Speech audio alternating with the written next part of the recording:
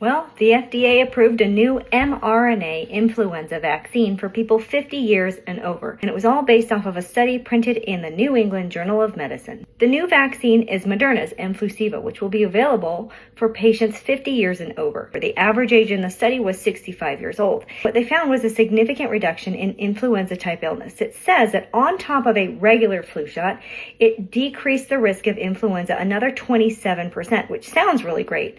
But if you look at the actual numbers, 2.8% of people who got the regular flu shot got flu during the flu season of 2024-2025, and only 2% in the mRNA group got influenza-type illness in that same season, which means that the absolute risk reduction was 0.8%.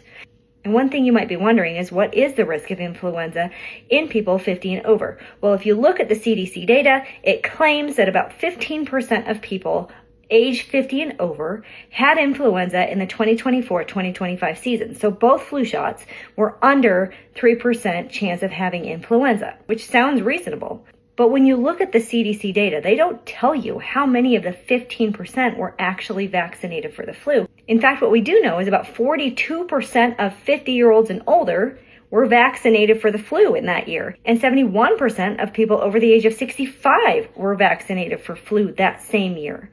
So we still had 15% case rate. So we don't really know, of that 15% case rate in 2024-2025, how many of them actually had a flu shot. We do know that of those who were hospitalized for the flu, about 1/3 of them were vaccinated, which means 2/3 of them were unvaccinated. So we know the absolute risk reduction was reduced by 0.8% from going from the normal trivalent flu shot to the mRNA technology. But what about safety? Well, there were significantly more side effects in the mRNA group. They had almost twice as many headaches, muscle aches, fatigue. Those are just regular injection site or systemic type reactions that do happen, but it was significantly higher in the mRNA group. The serious adverse events were also significantly higher in the mRNA group, at 2.2% of their patients having a serious adverse event versus 1.9% having a serious adverse event in the regular flu shot group. What's interesting, though, is the serious adverse event rates of 2.2, 1.9 was very similar to the actual flu rates of 2.8 and 2. So you basically traded off flu for a serious adverse event, not mild or moderate, a serious adverse event. Let's also talk about bias or conflict of interest in this trial. I quote the trial.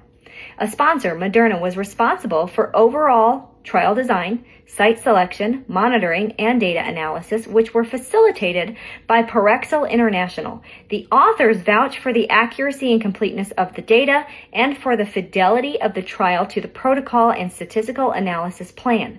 The manuscript was prepared by employees of Moderna with assistance from medical writers funded by Moderna. And one thing I always caution anybody on is you never want to be the first to try a new product. I don't care what kind of product it is. If it is brand new, wait. Wait for it to be on the market for a couple of years before you even consider getting a brand new medication, because sometimes it's the post-marketing, post-approval side effects that come to light when you start giving it to millions of people, and you don't want to be that guinea pig.